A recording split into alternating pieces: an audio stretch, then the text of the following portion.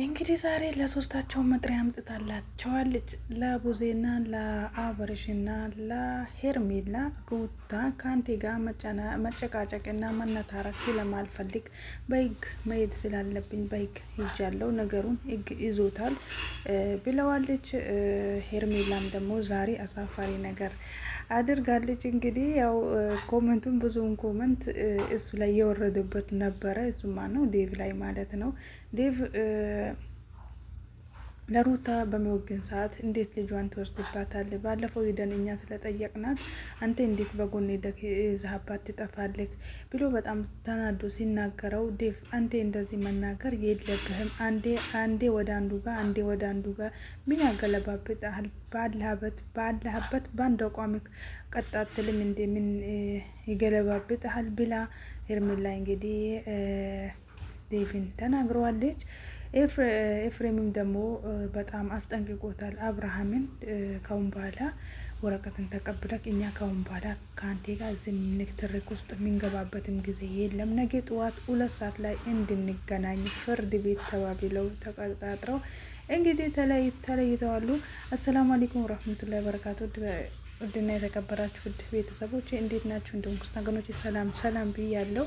እንግዲህ ያው ዛሬ እንዳያችኋቸው ሩታ እንደዚህ ሰብር አታረግም ነበር። ልጁ ያለበት ብታቅ ነው። ልጇ አልጠፋም፣ አውቃ ነው፣ ያፌዘች ነው፣ በእነሱ ድራማ ልትሰራ ነው። ሁለቱ አብረው ስለሆኑ እሷ ደግሞ በጣም ተናዳና የቅናት መንፈስ አድሮባት ነው እንጂ የቅናት መንፈስ ባያድርባትማ ልጇ ቢጠፋ እንዴት እንደዚህ ቡና ቁማ ትሄዳለች እየተባለች ነው። እንግዲህ ዴቪም ዛሬ በጣም በከባዱ እየተሰደበ ነው። ምክንያቱም እኔም የልጅ አባት ነኝና ልጄ ቢጠፋብኝ ምን አይነት ስሜት እንደሚሰማኝ እኔ አውቀዋለሁ። ይህንን ስሜት ደግሞ ተረድቻታለሁ። እስካሁን ድረስ እኔ ያልሰማም ነበረ። ማታ ነው ደውላ የነገረችኝ። እኛ እንደውም እሷ ራሷ የደበቀችው ነበር የመሰለን። የሪል መሆኑን ስታረጋግጥልኝ ነው እናንተን ለማግኘት የመጣሁትኝ እና ልጁን የወሰዳችሁት አንቴና ቡዜ ስለሆናችሁ ልጁን እንድትመልሱላት ብሎታሉ። ከነ አብርሃም ቀድሞ የተገኘው ዴቭ ነበረ። እንግዲህ መጥራ አምጥቼላቸዋለሁ ሶስቱንም ከስሻቸዋለሁ ስትለው በጣም ደስ ይለኛል፣ እንኳንም ከሰሻቸው ብሎ እያጨበጨበ ነበረ። ያንቺን ነገር እንግዲህ ቀበል አድርጋ እኔም አንተም ዴቭ ለሩታ ወገንክ ወይ ሲለው፣ አዎ ለሩታ ወገንኩኝ፣ ምክንያቱም ልጅ ነው የጠፋባት እና ምን አስነካትክ? ምን ሆነክ ነው? ምን አስነክታክ ነው ሲለው፣ በጭራሽ ነው ያለው። በጭራሽ ምንም ያስነካችኝ ነገር የለም። እውነታው ሲጋለጥ ለሁሉም እውነታው ሲታየው ሁሉም ወደ ሩታ ጋር ያደላል ሳይሆን ይመጣል ብሎ ኤፍሬምም በኮንፊደንስ ተናግረዋል። እና በዛን ሰዓት ነው ቀበል አድርጋ ሄርሜላ አንቴን ምን ይገለባብጣል? በአንድ በአቋም ለምን አትቆምም?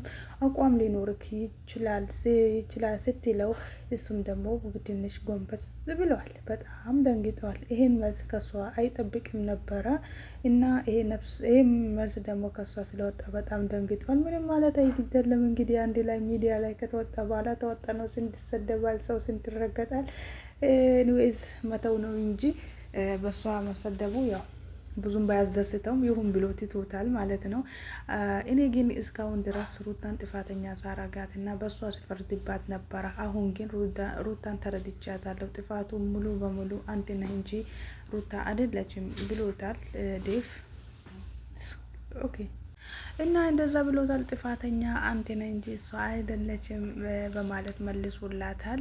እንግዲህ የጠፋው ልጁ 4ተኛ ቀኑ ነው። እስካሁን ድረስ አንተ እንዴት ነበርክ? ለአንተ እንዴት አሁን ይነገርካል? መጀመሪያ መነገር ያለበት ለአንተ ነበረ ስትለው፣ እንግዲህ ያውስ በ24 ሰዓት ባልሞላ ሰዓት መክሰስ ስለማልችል ለዛ ነው ልጁ የጠፋው። ከትላንት ወዳ ነው ማታውን አገኘሁትና ከዛ እሱ ጋር እንደሌለ ነገረኝ። በማግስቱ ሄርሜላን አገኘዋት። ሰጣ ገባ ውስጥ ገብተን ተለያየን። በየው ዛሬ ደግሞ ተገናኝተን ትላንትና ስንገናኝ ደግሞ ነይ እናወራለን ብሎ ነው ያመጣኝ። ልጄን ይዞልኝ እንደመጣ እንጂ ባዶ እጁን እንደመጣ እኔ አላወኩም ነበረ። ልጄን ሊቀበለው ሲመጣ እንግዲህ ከቡዜ ጋር ሆኖ ነው ያገኘሁት ብላለች። እና አብርሃምም ልጅ የጠፋበት ሰው በጭራሽ አይመስልም።